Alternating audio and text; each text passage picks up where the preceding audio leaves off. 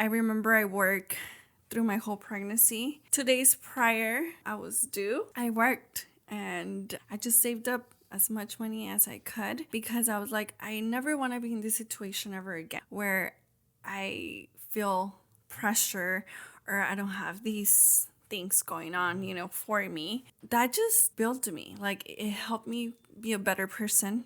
Hey everyone, I'm very proud to represent our sponsor for this podcast. We're actually located here in Santa Paula inside A Plus Branding. They're your one-stop shop for promotional supply products such as t-shirts, custom hats, custom apparels, you name it, they brand it. A Plus Branding provides all your promotional needs. They also provide vinyl decals such as stickers. They even did this wall here for me to make sure that this room is branded properly, to make sure that the guests that do come here feels that experience. Make sure to go ahead and check out A Plus Branding. You can check them out at their website, aplusbranding.com, and you can go ahead and request a quote from them. Now back to the show. Hey everyone, welcome to another episode here at Voiced Podcast. I'm your host, Charles Sabiaga, and today we have a lovely guest to bring on and introduce her story as far as an entrepreneur growing up back in Mexico and then coming out here, moving from Utah, right? Yes. Okay, all the way out here in Oxford for 22 years now. And she owns 3 businesses. One under her name, Edith Eztilizta, right? Where you guys take care of women and a salon, right? Making them more empowered and beautiful, right? Yes. You also have Luxury Beauty Pro. Right? And as well as Tacos El Centenario. Did I pronounce that right? Yes, you did. Okay, perfect. Well, welcome to the show. Thank you for having me today. I really appreciate the invitation. Absolutely. I've heard of you from another previous guest of mine who is now one of my good friend, Freddie. Okay. And I saw that you guys had collaborated. I was like, oh, wow. It's rare for me to see women, especially in this area, making a lot of noise and just like overall creating a different impact. So I love that. When I see people like that, I'm like, okay, I'm going to mark that in my head somehow. I'm going to reach out to her somehow. And I shot my shot. I was like, hey, I saw you somewhere. Can I, interview you? And then you reply. I was like, oh, wow, she actually responded. Usually people who are like kind of more, they have a large range of community. Usually they're too busy. So like, cool. That's awesome. Right. Well, I'm glad you're here. Thank you. Yeah. Yes. Well, how was your drive out here? Just out of curiosity. It was a little bit of traffic. Okay. Yeah, you mentioned that. Yes.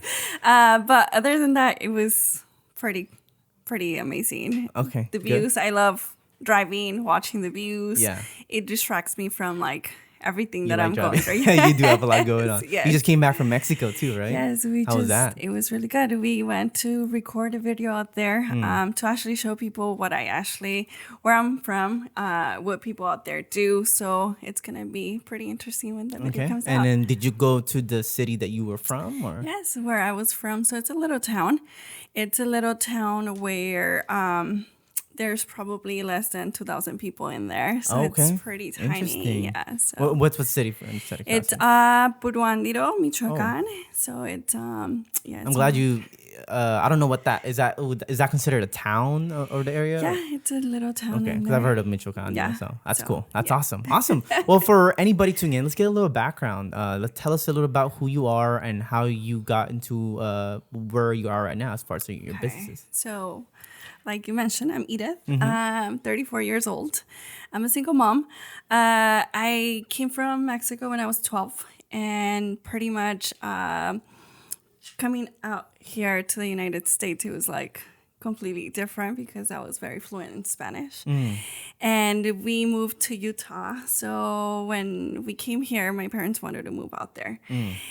And pretty interesting, I had family out there and everybody speak Spanish and English. But at that time in Utah, I mean, I don't know now because I don't know how it is nowadays. Right.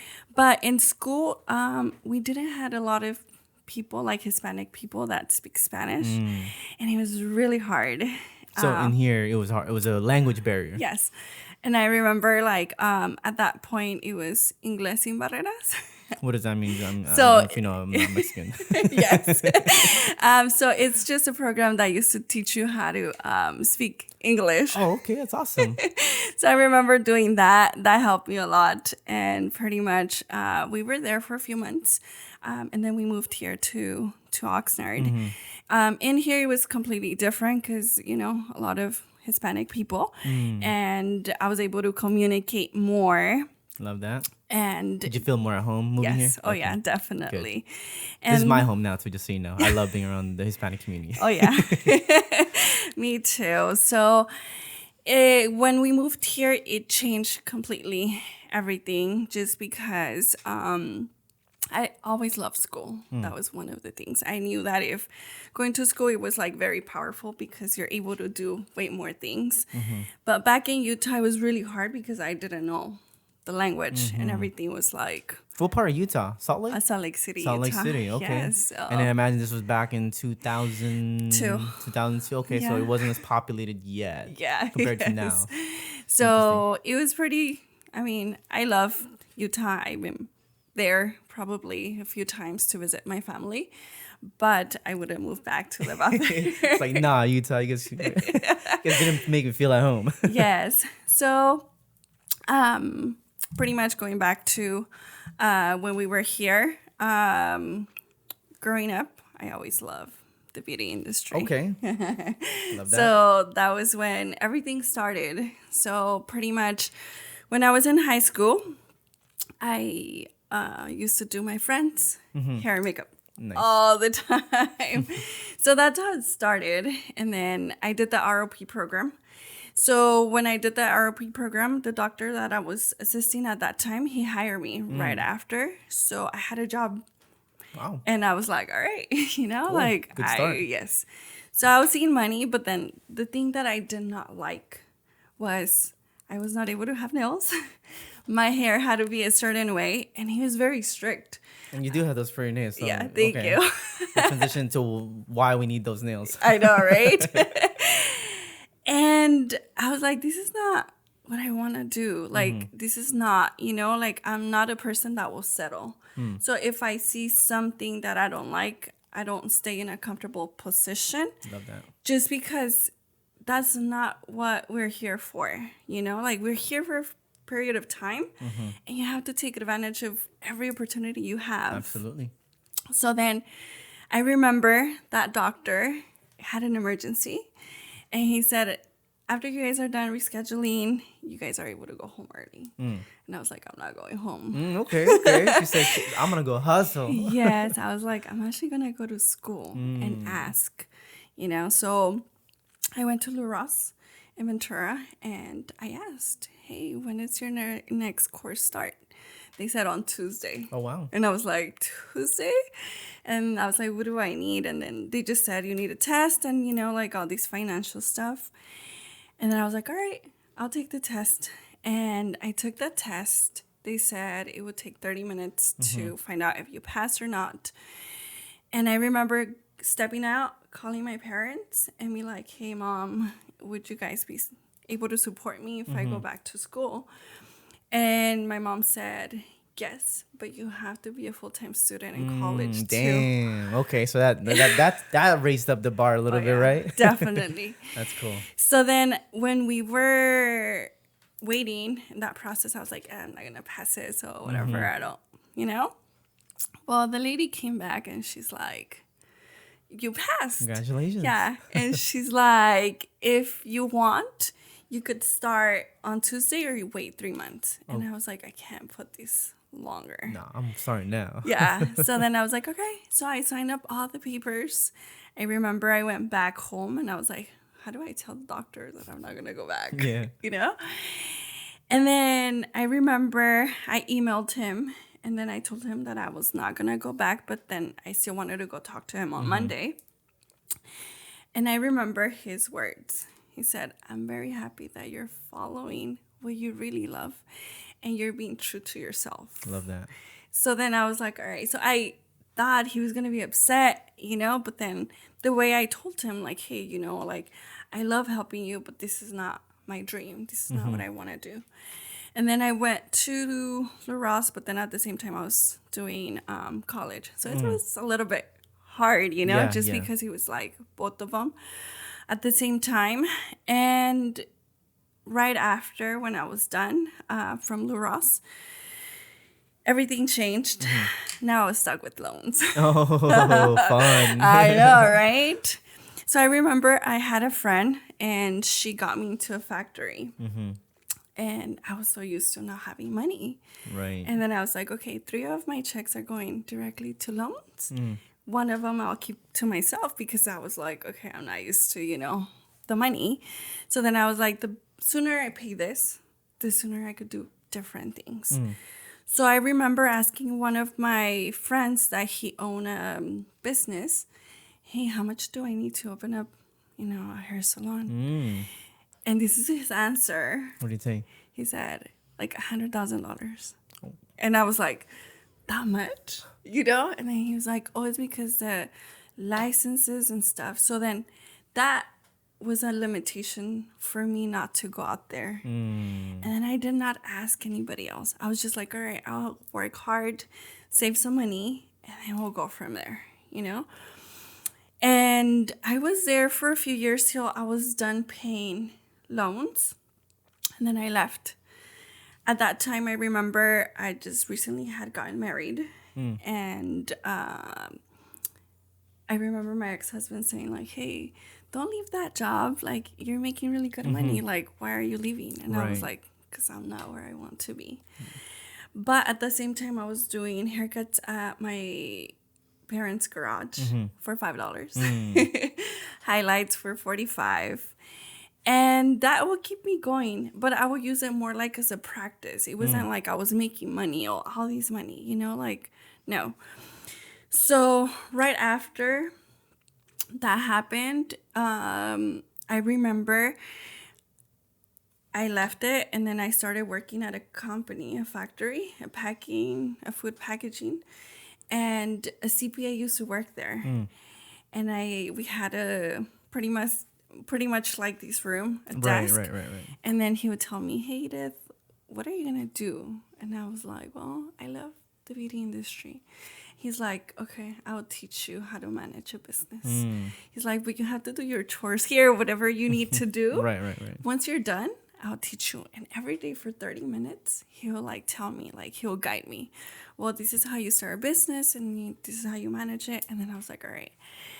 And he helped me a lot. And then I was like, all right, good. So then I was there for 4 months and then I just left it. And then I was at home working like a full-time type of thing, doing more services till one day somebody called the city. I did see that, yeah. They called the city and the city came to the house and said if I was doing services. I remember telling them, obviously, I had to lie.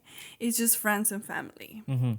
Because it wasn't like I was making money, like fancy money. Like, oh, hey, like I would charge you $200, $300. Yeah. No. And even then, like, you wouldn't want to, if you're getting like clients that are not friends and family, you wouldn't want to represent that, right? Yeah. I mean, I'm sure even if your house is nice, but like even then, it's just not the more practical, sustainable solution. Right.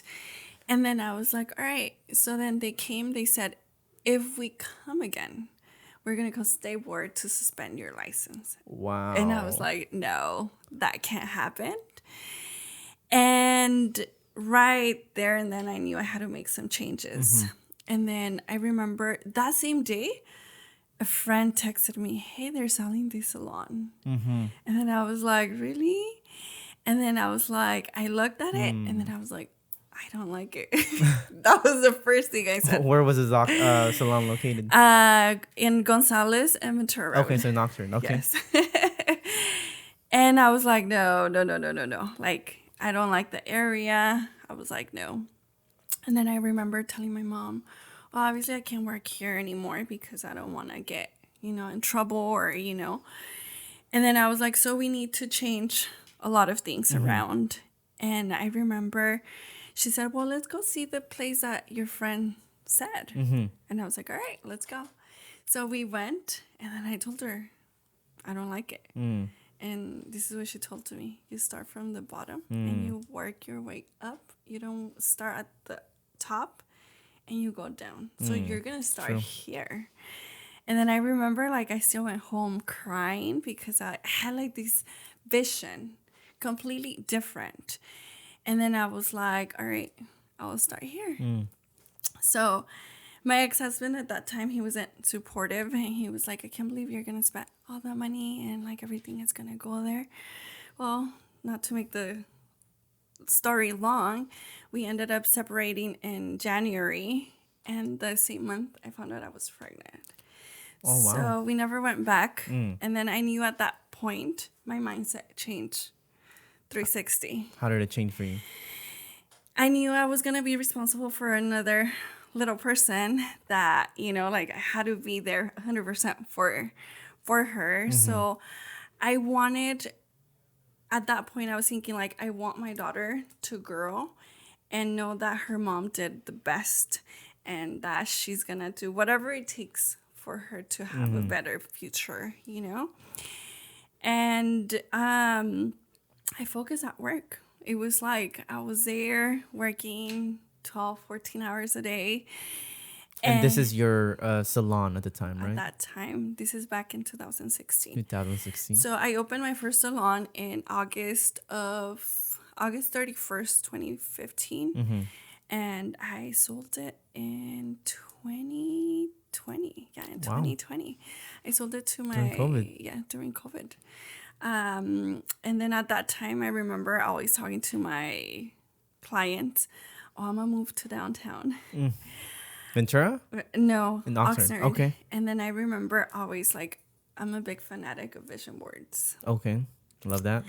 So I was like, okay, in my vision board says downtown Oxnard. I don't know why, but I want to go to downtown. And I remember driving to downtown once. I saw this building and I was like, that's the place it's set for release. Love that. 7 p.m. I called that number, and then a guy answered, and then he's like, oh, I could show you the place right now in 15 minutes. And I'm like, okay. And I call my brother, and I'm like, hey, can you come? Because, I mean, I'm a girl, so it's it's 7 p.m. And I'm that's like, a good idea. Yes. And then he was like, I apologize, there's no light. But we're gonna, I'm gonna show you in here. And I was like, all right. So my brother was there. We had the phone lights. And then I was like, I want to lease it. And he's like, you want to lease it? You're not even like, you know, like you haven't seen everything. And I was like, it's okay. I want it. Because I had that vision. I was like, I could use these for this. And, you know, I was like, I could do my classes in here, my store in here. And I was like, love it, you know? And that's pretty much how everything started. And now I have the beauty supply store in there. And then it's separated, so it's two companies in one building. So it's pretty much Luxury Beauty Pro. And Edith Eztilizta on the other side. So we do trainings and we also do services. Right. A lot to unpack here. Yeah. Not gonna lie. A lot to unpack. Your story is incredible because like as an immigrant myself, right? I moved here from Philippines at the age of 7. Luckily, they taught us English. So, you know, moving here, I knew very little English words to get me started. However, like even the education there was English as the main education or language. And moving here was an easy transition. But, however, I moved here in Oxnard. So the majority of the ethnic background was Hispanics. So I got teased. But, like I think that has molded me to become more, I guess more confident in myself, more sustainable, right? Right. Because then I would tease people back now. It's just kind of that role. But anyways, moving into it, and then you decided that, hey, so a lot of things to unpack there. Like I said, you decided to start your own business, right? And even though you were getting paid well while you were with your ex-husband at the time, you still went after it because you were not satisfied with where you were at. Right. And at that time, like, can you remember what that exact vision was? Like, did you had a picture already of like how you want to live your life? I know that you expressed how you found passion through the beauty industry, right? When you were working your other job before you started that business, what was it that you were like craving or desiring at the time? At that time, so pretty much, I'm a very religious person.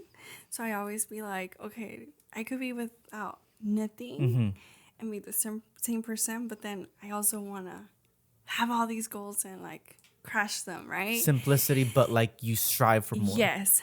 And pretty much it was just like, you know what?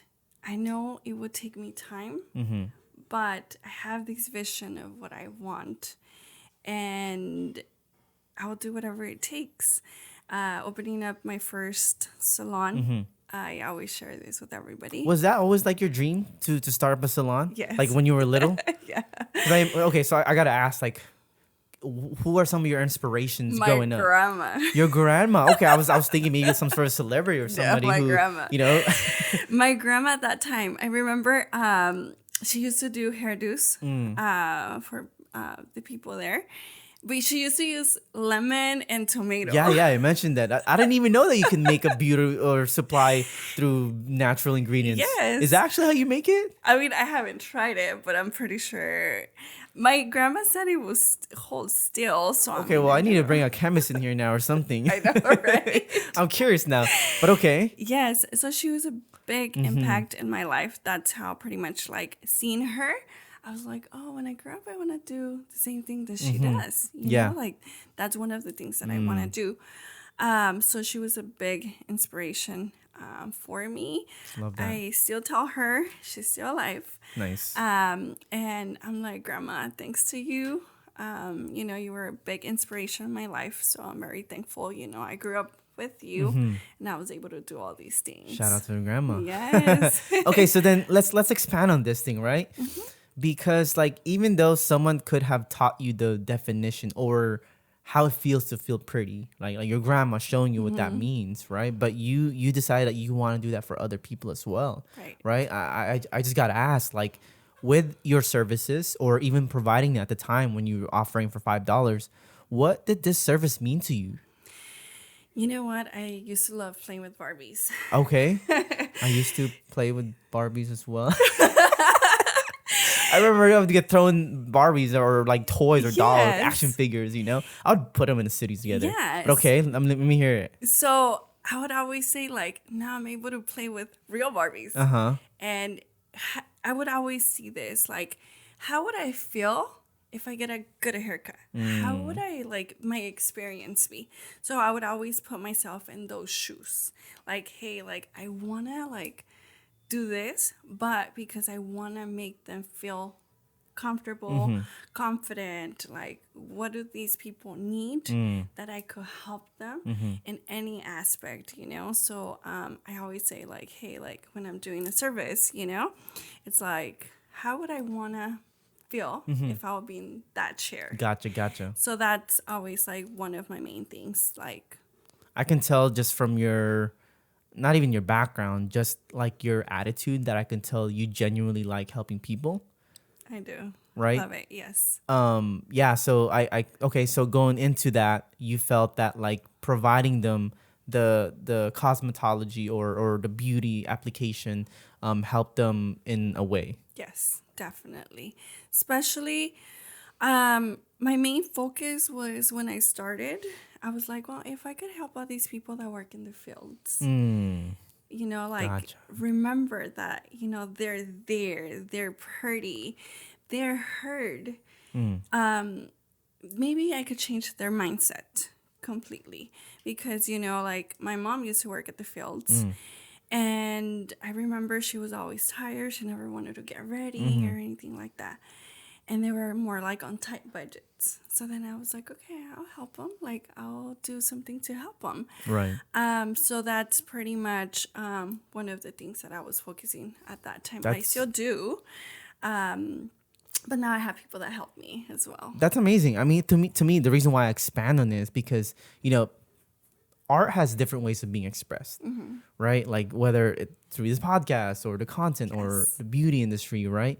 And for me, the way I'm interpreting you give me a new perspective is that some, like all these people that are working, right?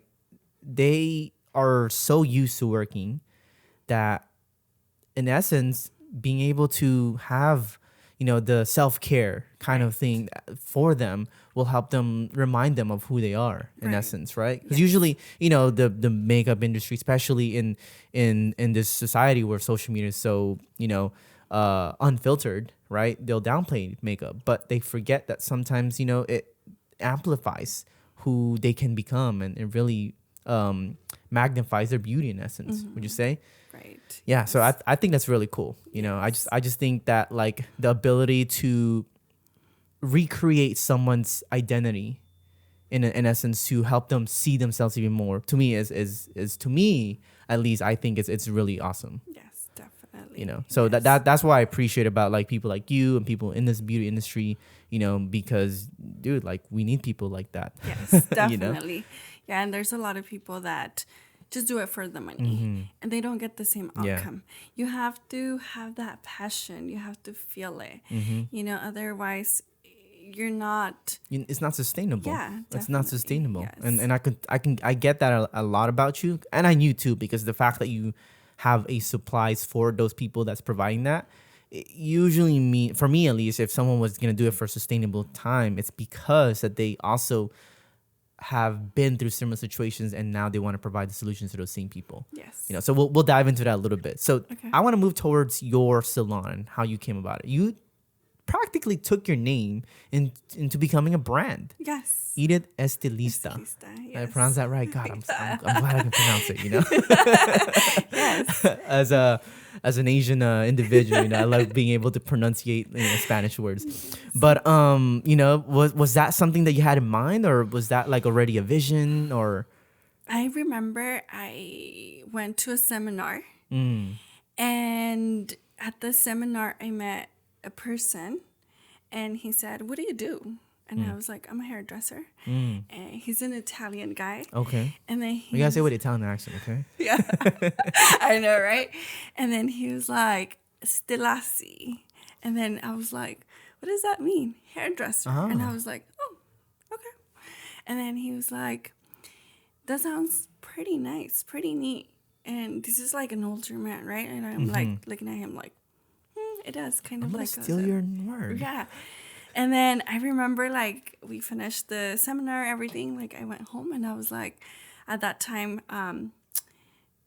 Facebook was in, and I was like, okay, I need to change my name because I had like my full name. And then I was like, okay, probably Edith Eztilizta.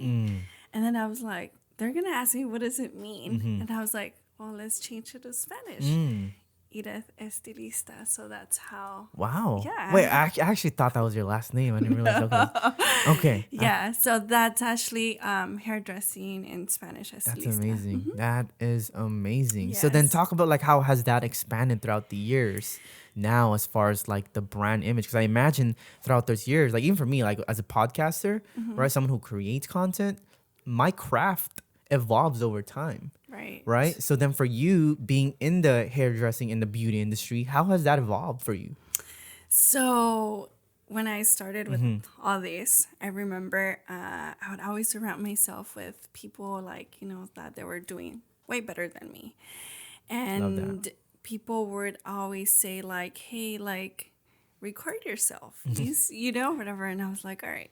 At the beginning, it was really hard for me because I was not like a camera person. And then I was like, all right. So I was like, okay, I'll make this work. And then I wanted people to know who I was. So I had a lot of friends at the radio. I was doing like a lot of different things. And it changed completely from like, from just being like Edith Eztilizta to a brand that had to expand. Now I have my own cosmetic line. So it's just been evolving, been doing some changes. So now it's more like about branding and stuff. I did not know this. Yes, talk about it. Because like now it has been evolved a lot. So you have to work on your personal brand. And I never knew that I was working since like I started my career. So when did you say you started your journey of actually like going more public about your ventures? In 2015. 2015. 2015. Yes. Awesome. So yes. Okay. And the reason I ask is because I've worked with many or have been reached out by many salon owners, service providers in the beauty industries. And, for me, like as someone who owns like a social media marketing agency and works with different brands and how to pivot their brand message and guidance differently, like I can see who is working and putting in the work, Yes. So like for you and your end, so you're saying that it was never intentional to build your personal brand, but you were Never. just doing it unintentionally. Okay, Yes. that's awesome. That's actually pretty inspiring. But like then where does that intention come from? Were you just trying to document or put out content as a way to represent who you were, or like I just wanted to be different. you just want to be different? See, that's where it starts though, right? Like you Yes. have to weed yourself from the brand, from the crowd. And usually when it comes down to branding and marketing, it's figuring out like your core values to pivot in a way where people will see why they want to go with you. You want to sell, and I think I saw from on your post, you want customers to buy from you from the value they provide, not the service. You don't just want to be a commodity. Yes. You want to be someone who has values that you stand for. Yes. Like cool. That's why I asked like how has your brand has evolved over time. Yes. That's awesome. Yeah, so that was pretty much how it started. Like I was like, okay, not a lot of people are focusing on this. So if I focus on this, I know eventually people will remember who I am by the name. I love that. I love that. And that's amazing, because again, not a lot of people think about that. Most of the time, at least from my opinion, when I got into business for myself, I already had like I need a brand, market. I listen to a lot of marketers and entrepreneurs as well, and how they put themselves out, So like I was never like an entrepreneur at start, but I've always wanted to start my business. But other people who I have noticed who's always entrepreneurial, they're willing to do anything and everything, but they neglect the branding aspect of how can they be best remembered.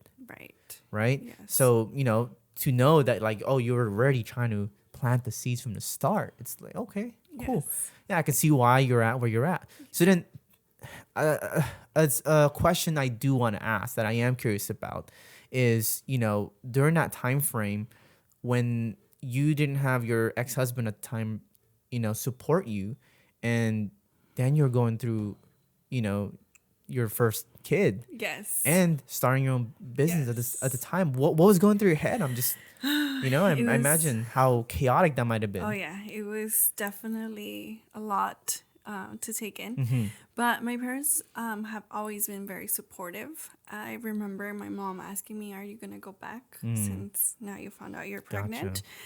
And I was like, "No, because if it didn't make a difference when we were together, it wouldn't make a difference if we have a child." And I just feel like a lot of people get stuck, or like they just say like, "Oh, I want to stay because I have a kid." And that's never been That's not your limiting. No. That's not your standards. No. And besides that, to start off, I had never pictured myself being a single parent. Like I always envisioned myself with the family, so that changed completely, And then at that time, I remember it was very sad, I could say, just because I had barely started. So from moving to the garage to the salon, other people that were following me and like helping me there, I had to change prices because now I had to pay rent. Pay up, people. Yes. So I had to pay insurance, all these things. And I remember I said to myself, if I could make $100 a day, I could pay rent. Like that was my thing. Mindset. But then I got pregnant, then I had an insurance, and I was like, okay, now it's real. That's when, like I said, my mindset changed completely. I remember I worked through my whole pregnancy. 2 days prior, I was due. I worked, and I just saved up as much money as I could, because I was like, I never want to be in this situation ever again, where I feel pressure or I don't have these things going on, for me. And that just built me. Like it helped me be a better person, grow mentally in very many aspects, and see different perspectives of life. Yes. Yeah, because I imagine, now you have a responsibility, and also physically you might be more limited to doing things, but also that emotional support is just, no longer there. So then you had to, what did you tell yourself? Like what, because like usually, what I tell people is like, it's not the actions usually or the things that they acquire. It's who they tap into, like spiritually or personally, whatever you want to define it as, that make you become that person. Yes. Journaling. Journaling. I Okay. love journaling. And what did this journaling like consist of? It was just what I was going through every day. When we're pregnant, we go through different emotions. For sure, different phases. And I remember I had my ex-husband on social media, and I used to see like he was out and about. And I was like, I can't believe it. I'm home. Like I can't do the same thing. Right. So I remember like writing like, well, today my day was like this, and I'm feeling like this, and what can I do better to change? Right. So I would always focus on what can I do to make myself a better person and do different things. But journaling definitely helped me a lot. At that time, I wasn't able to exercise a lot, but I used to walk a lot on the beach. Love walking on the beach. But yeah, that was pretty much. So would you say like journaling helped you kind of create that sense of awareness of where you want to continue to be? Because like for me, or I'm sure a lot of other people, it's hard to stay tuned in to your goals and vision, because you look like you had a big vision, even, I mean, I'm sure you still do. Yes. Even now. I'm sure you're nowhere close to stopping, but at that time frame, right, like shit happens. Yes. You could get stuck but bombarded with a bunch of like problems, and all of a sudden your vision starts to get kind of blurry because it's pouring down with all these things. So would you say that journaling allowed you to continuously tap in and create that sense of awareness? It's just, let's say, for example, you could be at a certain situation and you could get stuck, but life never stops. For sure. It's always going. Yeah. So there's no way that you're going to stop. You have to keep on going. So journaling, it was more like a motivation for me to like love keep that. on going. Yes. Interesting. I always I did journaling way back. I try to do it like once in a while, but like I can't get the habit anymore. I'll I'm trying to find out different ways to create my own routine. Yes. But that's interesting that like the journaling has allowed you to, I guess in a way, for me when I was doing journaling at the time, when I was very consistent with it was my sense of therapy. Yes. Right. It was someone to talk to, and without any judgments, without Definitely. any pressure. And it's like I was talking to myself, and then you get a different version of yourself, and you're like, oh, okay, that's what I'm going through. And you dictate that. Well, do I want to be that person or not? So then that's awesome. Yes. Okay. Well, thank you for sharing that. I know it's a very tough journey. I wanted to expand on it just because like I'm sure there's so many single parents out there that are going through stuff, or maybe have gone through stuff, and they don't know how to pick themselves back up. Yes. So to be able to share that, I think is a powerful stance. Definitely, yes. And just for them to know that they're not alone. Absolutely. There's way more people out there that are going through similar situations. And, I always tell people, if you need somebody to talk to, I'm here. Love that. Yes. You do look like your brand.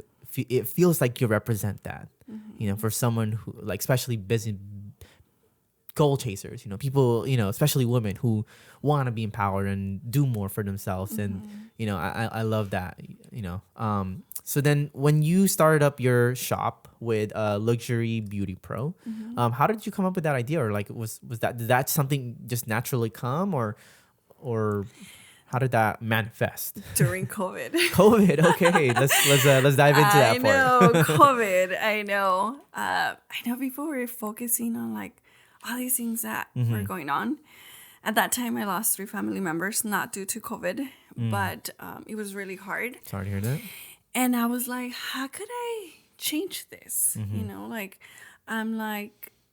What do you mean change this? Like changing, like meaning like the way that I was feeling at that time. I was like, how could I change these feelings? So you wanted to channel that into something positive. And then I love that. Yes, I was like, everybody's just so focused about like COVID, like everything that is going on.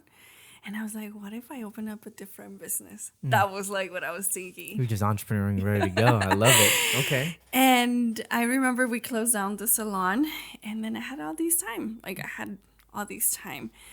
And at that time, I took a course online, and it was about graphic design. And I was like, all right. And then one of the things was like, focus on a picture. What do you want? And like we had to edit the pictures and stuff. And I was like, beauty products.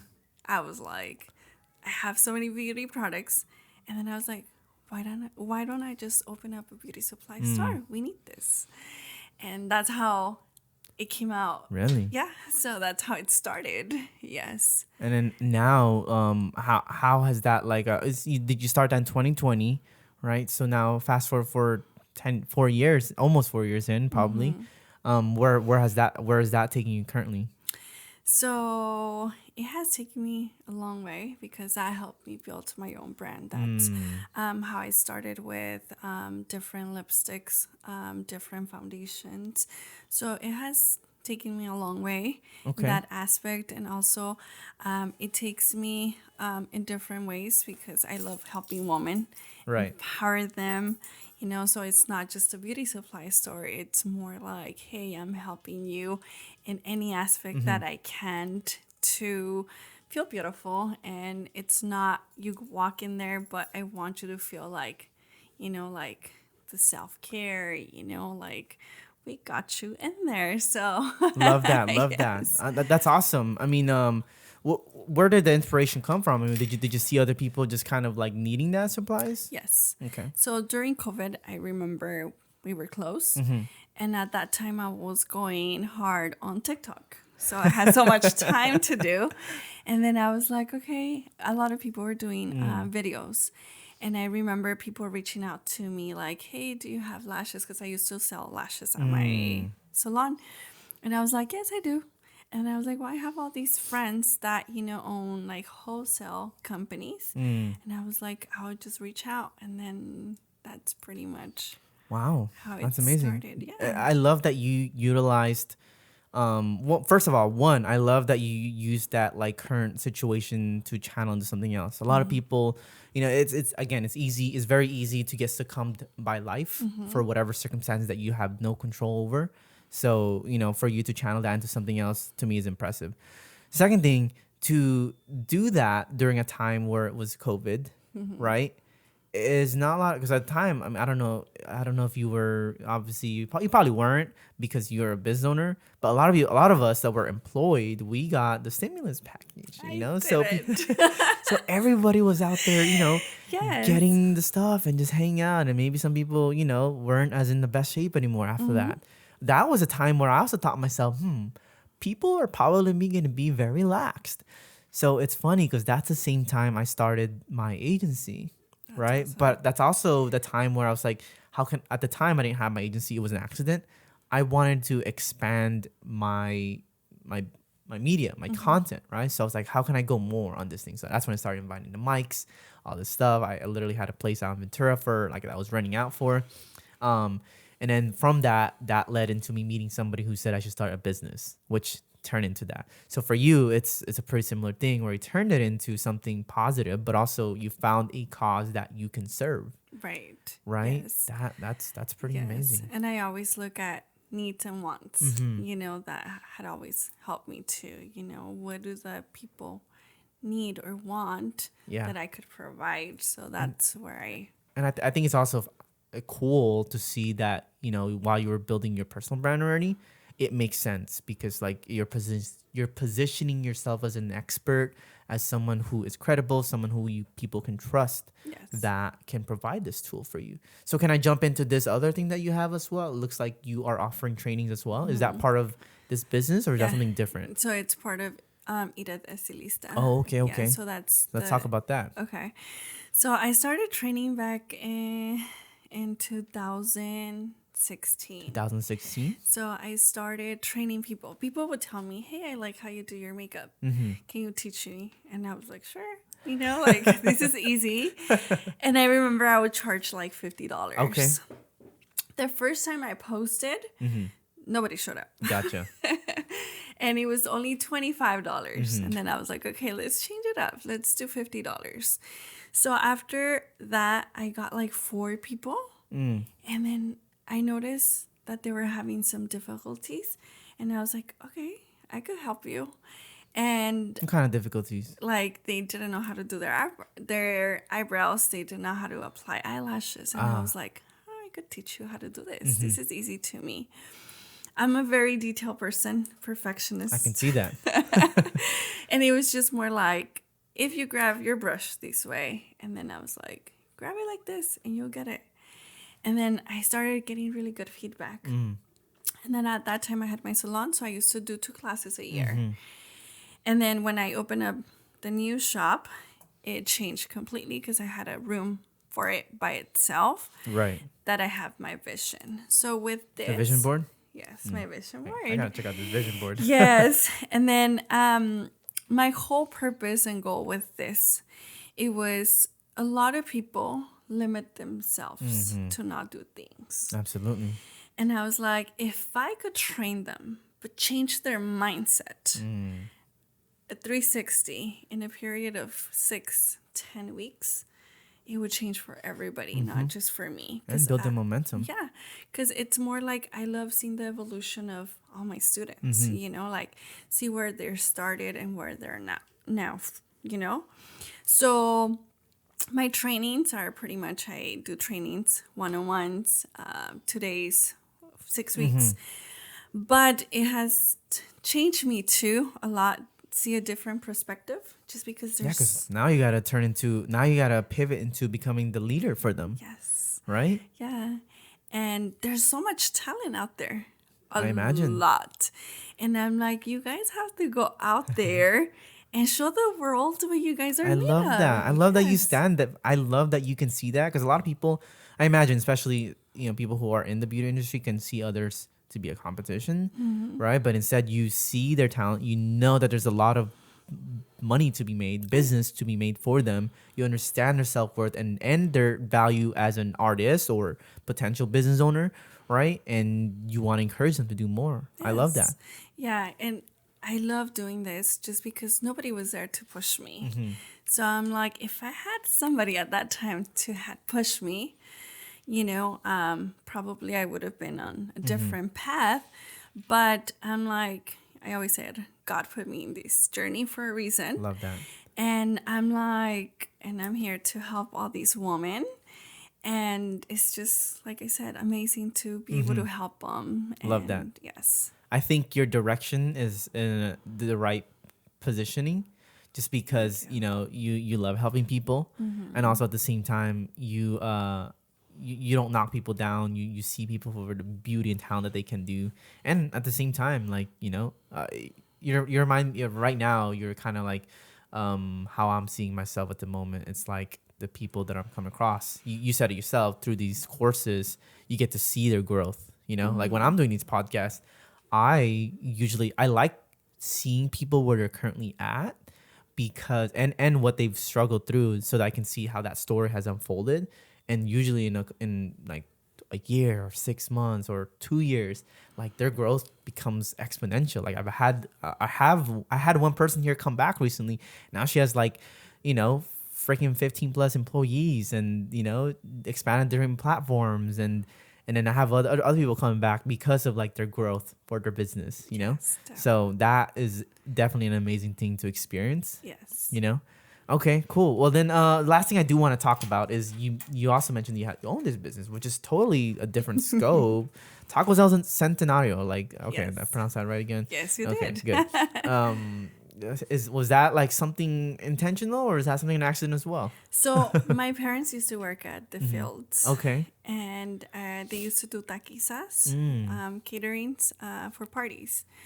And then my mom wanted to open up a restaurant. And at that time, that was 2019. And I'm glad we didn't, because 2020, COVID happened. So all the Okay. restaurants closed. Okay, yeah. And I remember in 2019, my mom was like, okay, what about if we do something different? And, you know, my dad was not able to work. So my dad, He has cancer. Oh, I'm sorry to hear that. So he has taught me a lot to be a very strong woman. And my mom was like, well, we are going to be able to spend more time, not so limited. And, we're going to be able to make our own money. So I remember helped them with all paperwork, everything. So pretty much I just own it, but they run it. I don't mess with the food or anything like that. Right. That's awesome. Yes. So my parents are the ones that run these taco truck. That's awesome. And where's this taco truck at? Because most of my audience here are from 805.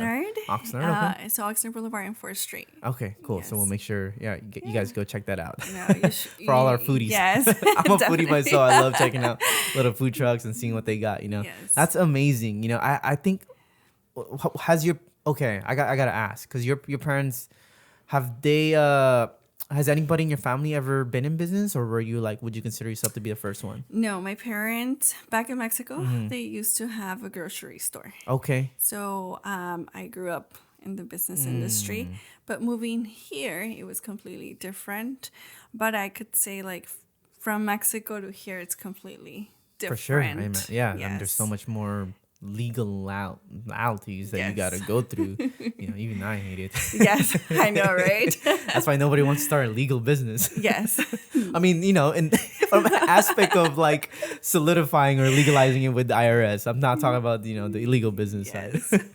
But that's awesome. I'm glad. It's cool to see that you're helping out your parents as well. My mom just moved back out to recently the Philippines to start her own beauty business. That's awesome. She got a franchise business. They started up, built everything from scratch. So it's super cool. My parents have been working hard. So it's now they're slowly. It's cool to see that they're willing to still chase after their dreams. That's awesome. And being someone who was in business at the time, I had no support. Yes. I had to find my own mentors and learn the books and educations and the tools I needed to sharpen my blade, right? Yes. And then now it's everything around me is I can help, because now they can see that possibilities. Definitely. That's awesome. That's and awesome. Congratulations to your parents. Thank you. Yes. I mean, I'm gonna be here to support them because Yes. Plus, we're planning to move or go out to Philippines here and then, so we got a couple of plans out there. Me and my partners out here. But awesome, cool. Well, I do appreciate your story. I don't want to take too much of your time. We were supposed to give you a gift from A+ Branding out here, but unfortunately, we weren't able to put it together on time. I think the files you sent me weren't working, so I was like, no crap. worries. So we'll figure out a different way. Yeah. But I will show you around though. But other than that, for anybody tuning in and listening, is there anything else that you want to put out any message that you want to promote or anything that you have going on your mind?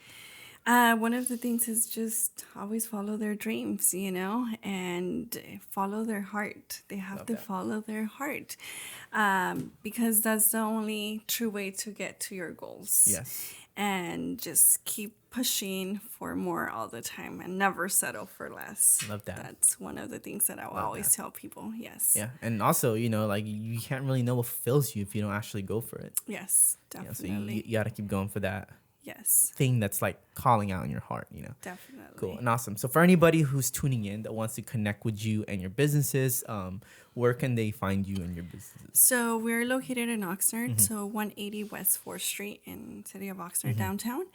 And we also have the social media, Edith Eztilizta, or they could reach us at editheztilizta.com or 805-816-2371. Love that. Okay. Yes. Well, I appreciate you for your time, Edith. I know we've personally only met. This is our second time, literally meeting the first, but I do appreciate you for being on the platform, sharing your story, being open and vulnerable about it so that other people can see what other possibilities out there. Definitely. Thank you so much for having me today. I really appreciate it. And it was a pleasure being here. It was my pleasure. Everything is so beautiful in here. Awesome. Cool. Well, for anybody tuning in, we'll see you guys on the next episode. See ya. Thank you. Hey everyone, I hope you enjoyed the episode. We'll be doing more episodes like this where we bring on professionals, experts, leaders to voice what they stand for. So if you haven't already, make sure to follow or subscribe so that you can tune in to the next and latest episode.